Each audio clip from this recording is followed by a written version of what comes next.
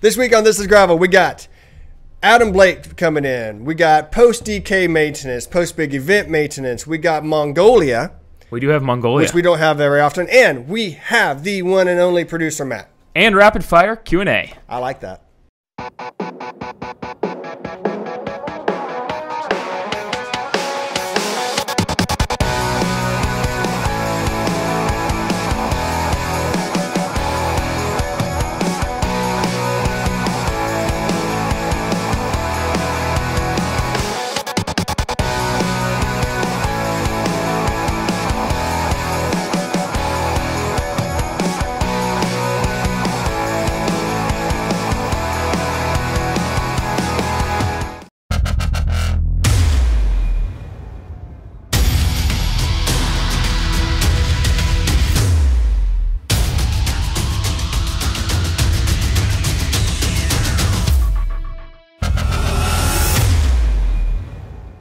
Hi, and welcome to This is Gravel. I am Bobby Thompson. Sitting with me this week is producer... Not Neil. Producer Matt gets to sit with me this week. You know, we've had such a busy last couple of weeks that we thought we'd just kind of sit around and do something fun to this week, a little bit shorter.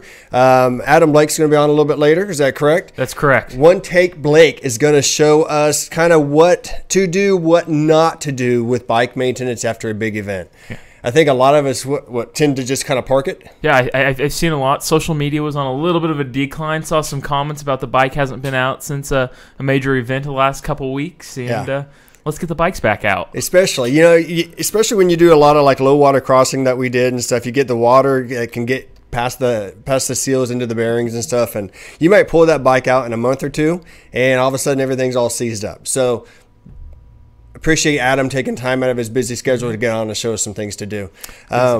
Matt and I thought it'd be a little bit fun this week. Like I say, keep it a little low key before we get to the tons of social media we got coming on, right? Correct. Been getting pictures like crazy. Y'all out there just killing it. We thought it'd be fun to do some rapid fire questions at each other. Matt doesn't get on here as much as he'd like to, as much as I'd like him to. Yeah, I don't know that me and you have ever anchored a show together. I don't think we actually have. I know I have with Neil and Leland before, but I think this is our first time in 50-some episodes we're at the table together. That's pretty cool. So, yes, we both have pants on, so that's good because you never know what's going to happen in the summertime. Matt, let's go with you first. 5 questions, buddy. You want me to answer first, or do you want to answer first? You ask it, and I'll answer one at a time. Let's go back and forth. Okay, sounds good. So, Bobby, where did the term the casual cyclist come from? Oh, man, that's right off the bat. You go with a deep one or whatever. It all stemmed from I thought I enjoyed reading Adventure Monkey, our friend Eric Benjamin.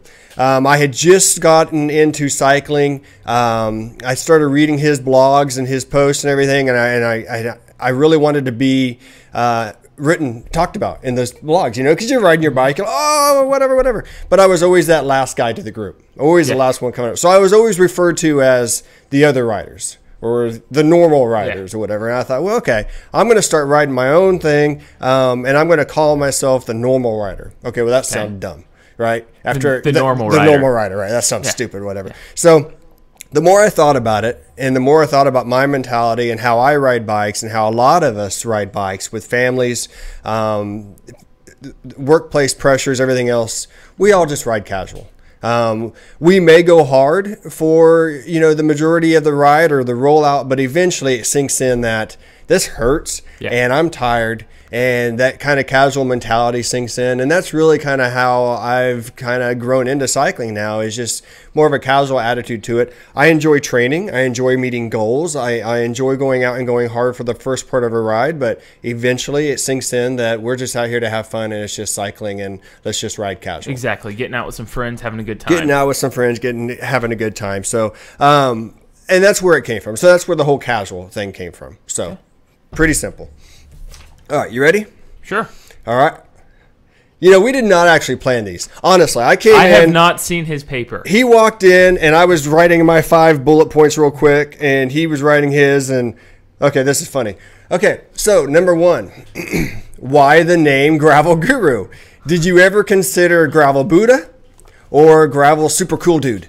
I can say those two were not on the short list. No, Gravel Buddha would have been cool, dude. Okay.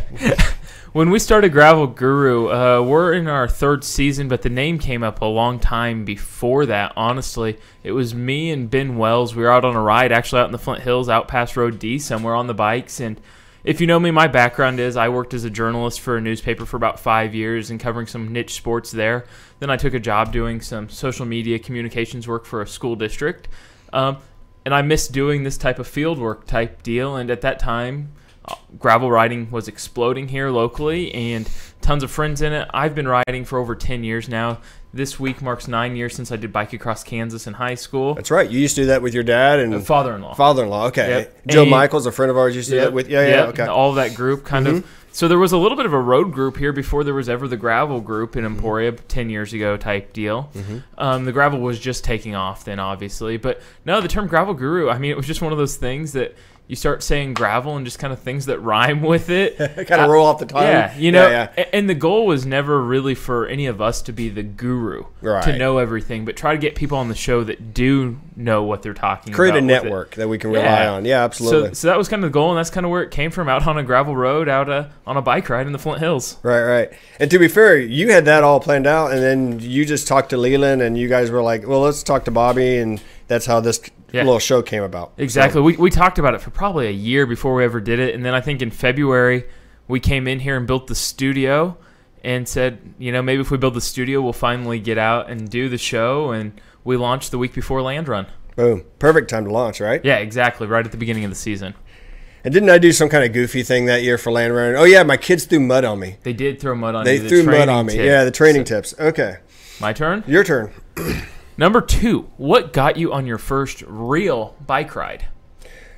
Yeah, okay, so real bike ride is determined by your level of fitness at the time, am I right? Correct. Okay, so... And when I say real bike ride, I mean that first ride you've gone on since you were like 12. Yeah, there you go. Okay, so I was... I don't remember how old I was. Let's say I was about 38, right? 37, 38, 39, who knows? Time flies when you get over the 40 mark.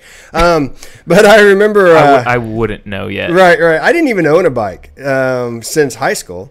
And I had totally forgotten, in high school, I used to hop on an old 10-speed, beat up 10-speed, and ride 20 miles on gravel to my aunt's house to play with my cousins and stuff, out by Bushong, Kansas. So that had all gone to the back of my head. So a friend of mine, really, it was probably... I started a computer repair shop. I leased a building from Tim and Christy Moan, and I was active on the Emporia Main Street board with Casey Woods.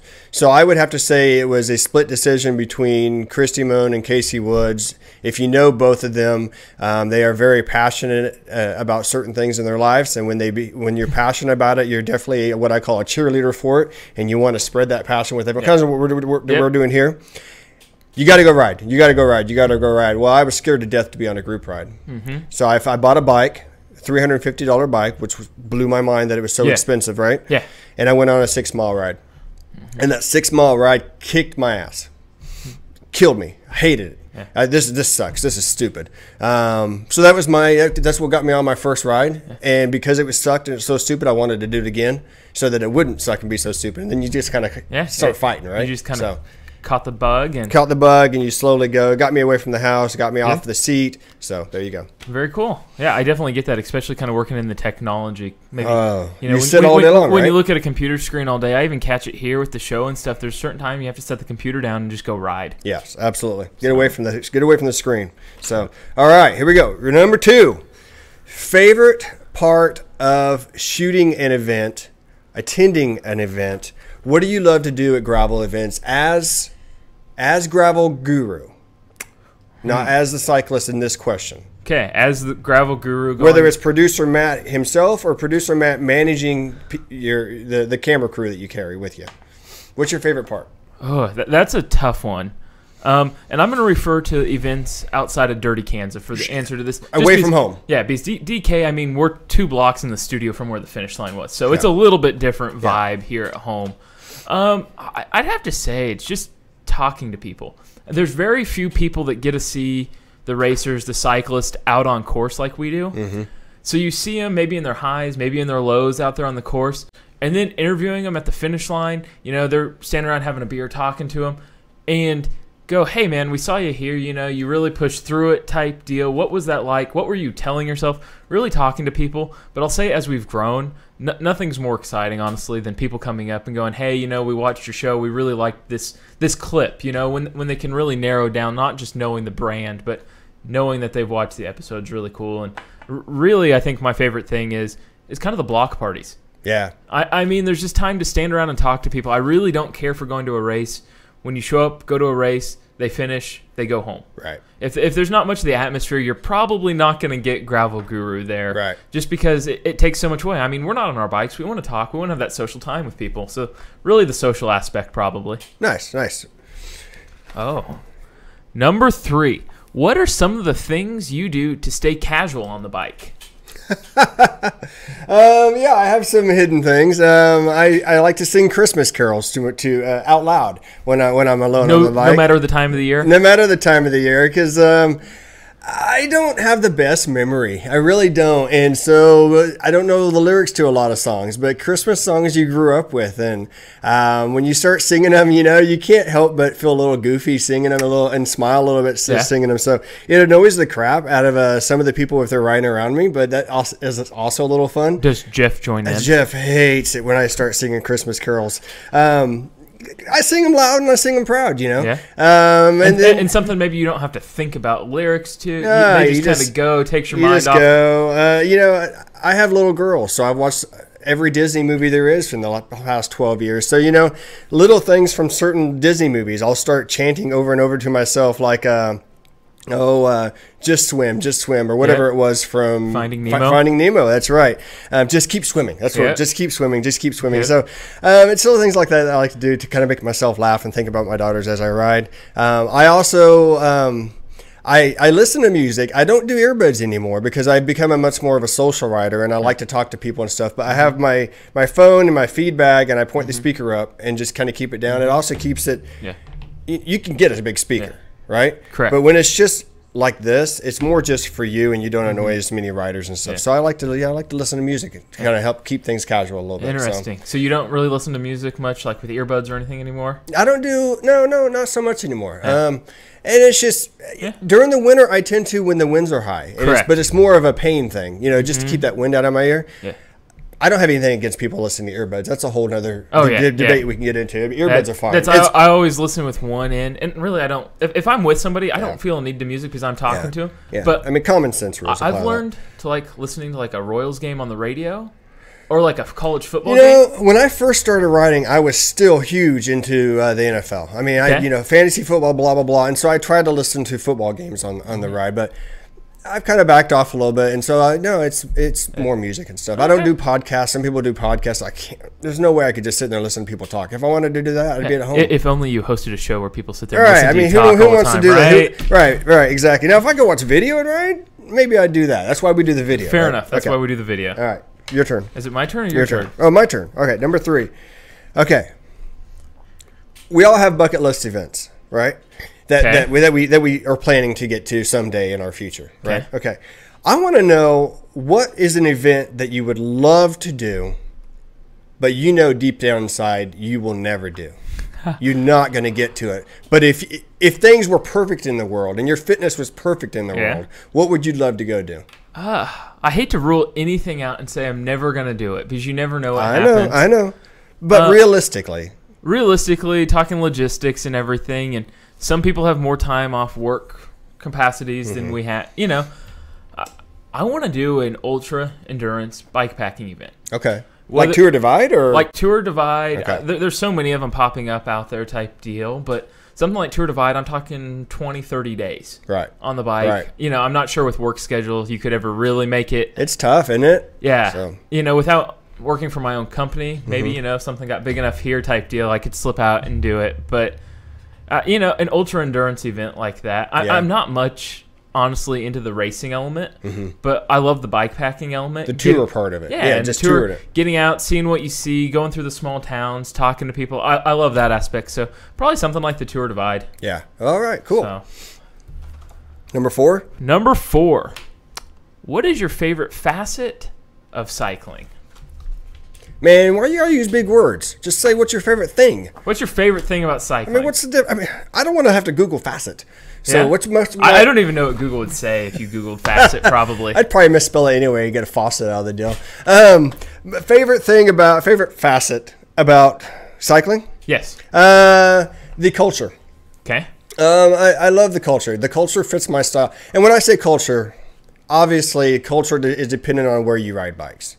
So maybe I should say the Midwest gravel culture. Okay. I like that deep down inside, we're all just kind of laid back riders who like to push our bodies as much as we can. But at the end of the day, we're cool sitting around the picnic table with a beer, sitting around the fire pit with a beer, and telling tall tales about our cycling, abilities. Yeah. Which is really, when you get down to it, when you have a group of friends or family, regardless of the discipline, that's what you do with everything, right? You do it with fishing, you do it with high school stories, you do it with blah, blah, blah, blah.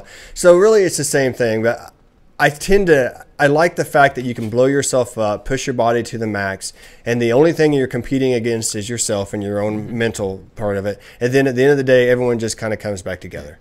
You talk about telling the stories at the end of rides. Right. Isn't it amazing that no matter how hard a ride you go on, there's always a story in the circle about someone that did a harder ride? Oh, yeah. Everyone can one-up each other. And you know what's really cool, though? I mean, what's really cool is if the person is of the same mindset, it doesn't matter on what level that person rides. Yes.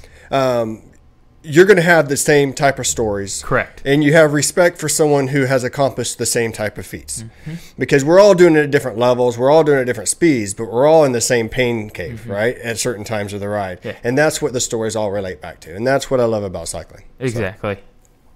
So. All right. So you want number 4.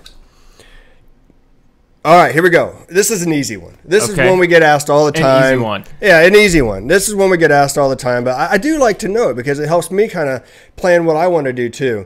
Okay. What 2018 event are you, in the second half of 2018, are you, 1, excited to do as a cyclist? Okay. 2, looking forward to doing as Gravel Guru? Covering. That...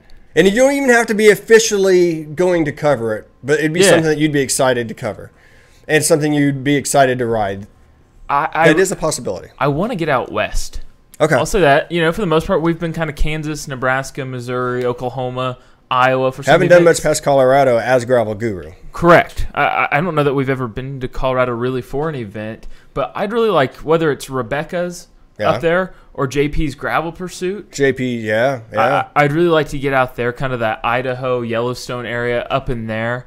And at that point, I don't care if I'm Gravel Guru or I don't care if I'm cycling. Just want to get out there. I want to get out, see that part of the country. I've really never even traveled through that part. Yeah. And you see these photos that all of them are sharing on social media. Aaron Crouch is another active Instagram user up there in the Victor, Idaho area. And these photos are just gorgeous up through there. So probably something up there. I will say, for Gravel Guru, I am looking forward to Gravel Worlds coming up in August 17th, I think, that weekend. Oh, yeah. It's always a fun time in Lincoln. Lincoln's such a different city. First off, it's a real city. I mean, lots of people. The college is usually back in session right about that time. So yeah. All right, cool. Number 5? Yeah, you got to get to RPI. I do have to get to RPI. Okay. Number 5. Where do you see yourself in cycling in 5 years? Yeah, I see myself in 5 years. My oldest will be 2000. She'll be so I'm trying to do the math in my head. So she'll be about 17 or 18 years old. Okay. So I would love to. I see myself. She's wanting to do the DK25 next year, and so I see myself slowing down on traveling. Okay. And doing more riding with her. And if she wants to do the DK100, then I'll do the DK100. If she is of the same mindset that she is of right now, where she just wants to support her dad and she's proud of what her dad does, then I'll do closer events that she can come watch me on or come ride with me on. We'll take 1 or 2. I see us taking 1 or 2 long distance traveling events a year. Okay. My wife and I love to do that now. Last year we went to England, right? So this year we're going to go to Hawaii, and I'm going to do some riding over in Hawaii in October. Yeah, it'll be fun. Next year I hope to get out to Iceland. I see some bucket list type rides being checked off. A lot more long distance traveling that I can bring the family on, and probably fewer of the just run out and do a century ride back home. I think that's going to be key for a lot of events. And back to that social aspect of understanding that people now have so much fun going to these events. They want to bring their families. Right. So making sure there's something for the families to do. Because I can speak for someone that's not out on the course all day. If there's nothing to do at the finish line, people aren't going to stick around. Yeah. So. Yeah. No, those are fine. I mean, those type of events are fine too. But as I evolve as a cyclist and as a father and as a husband, I'm probably going to be looking for the event that we can plan a little mini vacation around. Nothing against any of the other type of events, but that's just where I personally am evolving. And that's fine because I will be replaced by all the new cyclists that are coming up and budding up. That it's just a constant evolution. Yeah, right? And when I say that about, the social side, my thing is if I'm going and getting a hotel room somewhere, that's when I want the social atmosphere. If I'm driving an hour, 2 hours, and coming back the same night, that's fine, you know. So I think, exactly. So okay, we are number 5. We're 5, so this is it for you. I guess. So you're gonna be done after this one. Are you ready? I guess. Okay. How good are you at math? Not very good. Okay. How many video cameras does Gravel Guru currently own? And is this another case of the rule N+1? Yes, it is N+1. Come on, do the math. Dun, dun, dun, dun. Does that date me if I do the theme song for dun, dun, dun, Jeopardy? Jeopardy, I think. Yeah. I never actually watched Jeopardy. I was never smart enough to watch Jeopardy. Neither was I. Yeah, I was frustrated you. Yeah, I was more of a Wheel of Fortune kind of kid. Growing up. I could do Wheel of Fortune. Yeah, or the Whammy. How many of you out there are old enough to remember the Whammy? I don't have a clue what you're talking about. Yeah, you know what I'm talking about. Okay, go ahead. I'll say for DK alone, just 2 weeks ago, I had 8 cameras being used in those 3-day period. I want to say probably 13 is the number I'm pulling, 13 video cameras. Yeah. So when you're set up at a shot, yes, are you running video and still? A lot of times. I'll say this year it's changed for me. Do people use the term still? Is that a term? Yeah, it's still photography. Okay. For the longest time, the first 2 years of the show, I always brought a kind of a second string type David or somebody in to shoot video, and I'd take photos because that's how we financed the show for a lot of time was selling photos. Yeah. Anymore, I've remembered that there's now people are just throwing the cash at you. Yeah, I mean it's just flying in, $100 bills in the mail. Right. No, not at all. But bring someone like David along for that. But I've figured out with some of the technology, and I started through video. Video was where I started in high school doing that work. Which was like 2 years ago. Yeah, like 2 years ago. Or like 2008. But started with the video. Really enjoyed that. And I've really gotten back to that. I've got enough friends that are still photographers now that I'll hire them to come along for the weekend and shoot the photos. But yeah, I try to make sure that if we're shooting photos somewhere, we've got someone there shooting video and vice versa. So, all right. That's cool. And the crazy thing with gravel is it's hard enough to get the video shots. I can take 300 photo shots at the same place and people are going to love it. Yeah. But try editing video together when you're in one place for 2 hours so all the shots look the same. So that's why we're kind of backing off photography a little bit is I want to keep growing the video like you maybe saw with the DK reel this year. We had aerial support. We had ground. We had a stabilizer. You got to break it up. I'm guilty of I'll put a GoPro on the front of my bike. And I'll be riding along and, this hill looks awesome. So I'll click on the GoPro and blah, blah, blah. By the end of the day, when I go back and look at all my GoPro video, I'm bored. It's the same shot over and over because you can't capture, it's hard to capture the feel with just one camera angle. Yeah. But if you have multiple camera angles, then it captures a little bit more of what it's actually like riding out there. So I'm glad you guys do that. I think that's awesome. So go ahead. Yeah. I mean, so speaking of riding out there, we know a lot of people, there's a lot of big events going on this time of year. We're at that point where people are reaching the events they've been training for. Yeah. Then the bike tends to sit in the garage for a little bit. Absolutely. I went down and talked to Adam at Gravel City, and Adam's walking us through kind of just some basic of the maintenance to get your bike back out, not letting it sit in the garage all month. Yeah. To get you back on the gravel. Sweet. Let's hear from One Take Blake. Hey everybody, this is Adam at Gravel City Adventure and Supply Company wanting to congratulate you on finishing whatever big event you just got done with. Today we're going to talk about maintenance and replenishing of usable goods and what you need to do to take that wave of fitness that you've achieved, that feeling of achievement getting done, whether it was the DK 200, DK 100, 50, 25, or any other gravel event out there, how to keep riding that and making sure your bike is up and ready to go. One big thing is going to be cleanliness. Getting through the mud, 200 miles of gravel dust, things like that, it's going to eat away at your drivetrain, eat away at brake pads. And of course, the best option and potentially the easiest option for a lot of people is take it into your local shop and let them dissect your bike, check wear items, and make sure that everything's running good. But if you want to be a good guy or a good gal, go ahead and clean your bike first. Get some kind of basic eco-friendly degreaser. A citrus degreaser works, and a gear brush of some kind. Clean your chain, clean your cassette, clean your jockey wheels in your derailleur, brush down the frame, kind of pull and inspect your cables for any kind of corrosion or anything like that. And that's going to get you way ahead of the game and save you a bill at the repair shop. Another thing to check, because especially in the Flint Hills flats are so prevalent, is check your tire for wet spots, check your frame for residual latex from a puncture that may have sealed, and make sure that you replenish your orange seal or Stan's race fluid, whatever sealant you're using. Make sure that your tires have about 3 ounces to 4 ounces for a 29er, 2 to 3 ounces for a 35 to 40C tire. Last thing I always want to do is check bearings, make sure nothing's loosened up. So you can do that with a simple drop test. Listen for reverberation or listen for anything to rattle. Again, if you take it into a shop, make sure that's something they check. Headset bearings do get exposed to dust, wheel bearings get exposed to dust, and that degrades the bearing prematurely. If you have any questions on what to do to get your bike ready for your next adventure, stop on down or call us here at Gravel City Adventure and Supply Company and we can get you taken care of. Dude, you'd be surprised how many bikes we deal with where someone comes in a month or two later and it's just like, you know, I rode this down the land run and I picked it up for DK and training and it's just not working anymore. It's like, really? Did you clean it after land run? No? Yeah.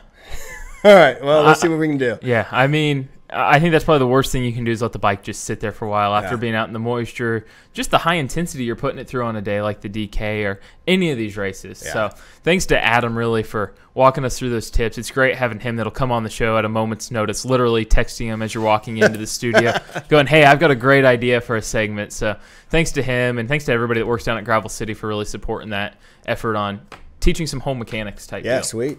So my favorite part of the show every week, I don't get to do this from up here. You don't get to do this from up here. I like that you're going to explain this and go into this, so that's pretty cool. Oh, I got to think about all the social networks you guys screw up every week. Woo, that's challenging.